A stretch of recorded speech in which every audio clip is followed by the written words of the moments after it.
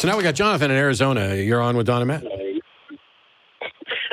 Hi, guys. I had to laugh when you said a shit argument is a shit argument, because coincidentally I called in because I think, Matt, you might have used a shit argument in the past, but I'm sure you'll explain why I'm wrong. It's entirely possible that I have.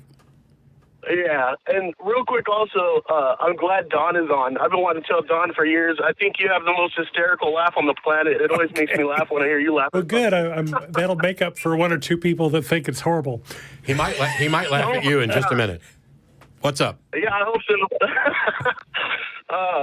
so. So what's my shit argument? I don't know. We'll find out. Alrighty, there you are, sir. Thank you. So in the past, and I want to make sure that this is actually still the case, because if not, then I'm wasting all of our time. On several episodes, you said that saying alien abduction is more like plausible because it doesn't require supernatural explanation. Yeah, if you make a list of the things that would be required for an alien abduction scenario, what you need are everything is natural about that, and the only kind of implausible things are that, one, alien life would have the technological possibility to arrive at Earth, or some reason to pick Earth out from all the others, the problems with traveling those distances. But none of those things violate the laws of nature or require any supernatural explanation. A God, on the other hand, absolutely violates all that and requires a supernatural explanation. So just by Occam's razor, when you start talking about listing the properties and how plausible they are, you reach a line where now we've crossed over into the realm of the supernatural, something for which we have no demonstration that it exists or could exist. And so the plausibility or the probability of supernatural is something you can't calculate. But the plausibility is something you can approximate, because out of all the times we've achieved and understood an explanation for something, 0 of them have been confirmed to be supernatural. Okay, and I agree with a lot of that. Let me. I wrote this out, and it's not much. It's just so I could remember it. So I'll respond to what you just said, and then you could give me your feedback on where I'm going wrong, if I'm going wrong somewhere. So saying that alien abduction doesn't require a supernatural cause, it presupposes that life has and can originate from non-life, which to my knowledge has never been demonstrated or confirmed here on Earth, let alone anywhere else. Okay, stop. That doesn't mean... Stop. Oh, go ahead. So first of all, I'm talking about the process by which aliens would arrive on Earth. Now, if you want, by drilling back to where did alien life come from, you still don't get to assert that a supernatural explanation is any more plausible, because what we know is that life exists, the building blocks of life do exist throughout the universe. We've identified them on asteroids, interstellar bodies, and things like that. And so you don't get to dismiss the plausibility of aliens by saying, oh, we don't know where they came from either. Because if the answer to what is the origin of life is natural, then I'm right. If the answer to the origin of life, I agree.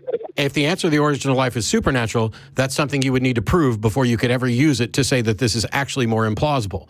Because what you're doing then is just saying that your supernatural explanation is more plausible because you're also going to use it as an explanation for that alien life. And yet none of those are demonstrably true. So you're basically, oh, I'd like to justify this fiction as being more plausible by also saying that it's responsible for this thing over here. Until you demonstrate it, you don't get to do it. Yeah. Yeah, and I agree with that. And I'm not trying to make a case for a supernatural cause of life. I'm just saying, isn't it, if we don't know that life has a natural cause right now, how can we say that it's more plausible for life somewhere else to come here? Because the origin of life isn't relevant to this.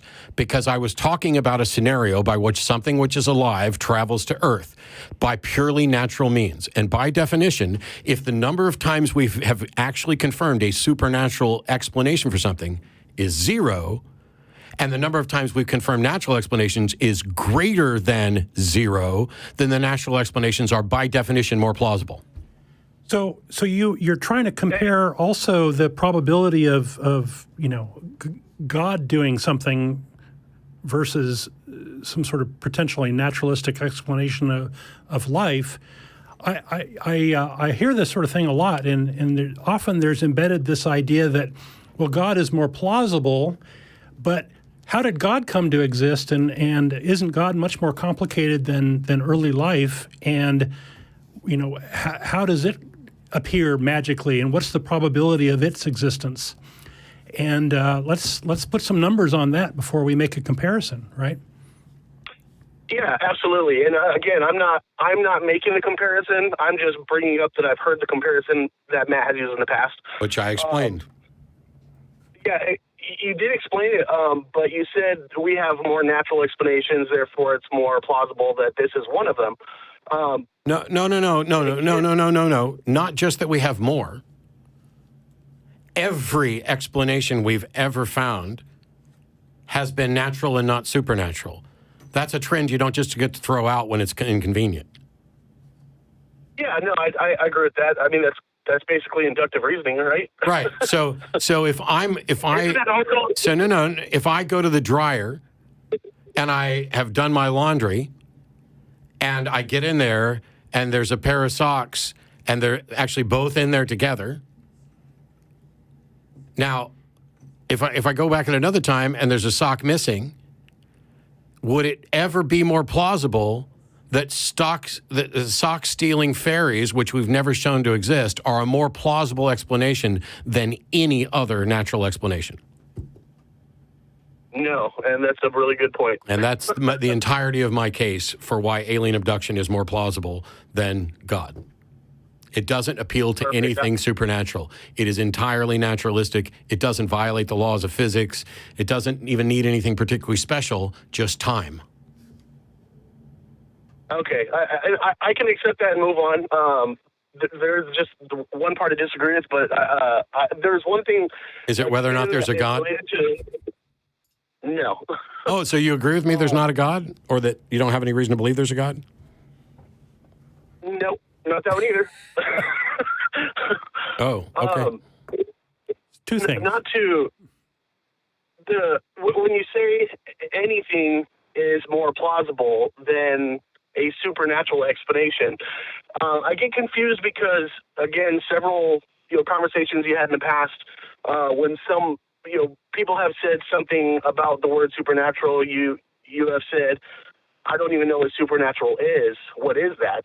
But when you use the comparison that alien abduction is more plausible than anything supernatural, what I'm hearing is you saying alien abduction is more plausible than supernatural when you yourself have no idea what supernatural even means. Oh, that's easy. I know what I mean when I use the term supernatural. I don't know what they mean because a lot of people use that term in a lot of different ways.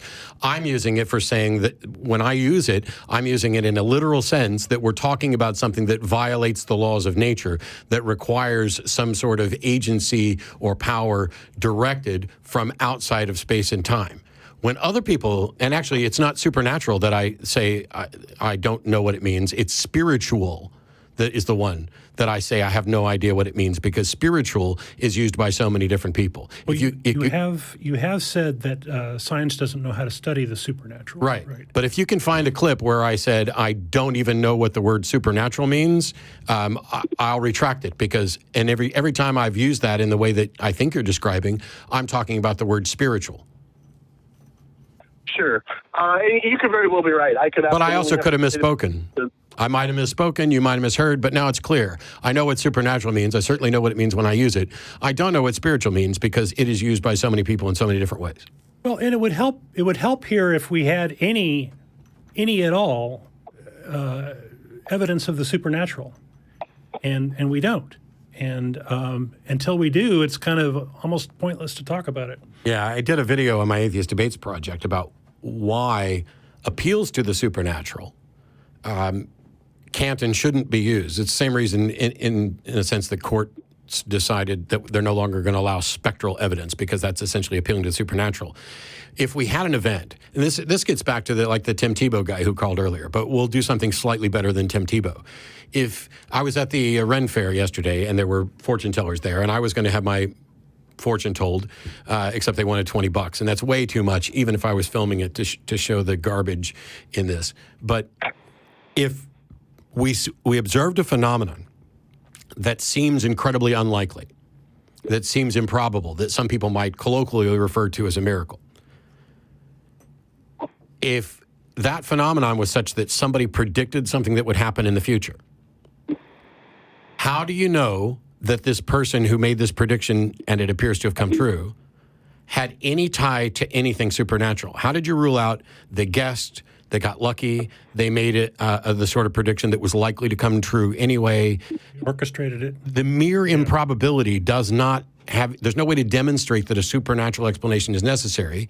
And because we don't have anything supernatural we can point to, examine, or test, we can't demonstrate that it exists or that it can in fact impact our reality. And so you just don't get to appeal to the supernatural until somebody can demonstrate that something supernatural has occurred. Yeah, and I don't know how to do that. And it's not much of an explanation, because if it's magic, it explains everything, which means it explains nothing. Yeah, I agree with all of that. I agree with all that, you guys. You're so close to being right about everything then. I'm getting closer. All right. All right. All right, thanks for taking my call, guys. Sure. Thanks, Jonathan.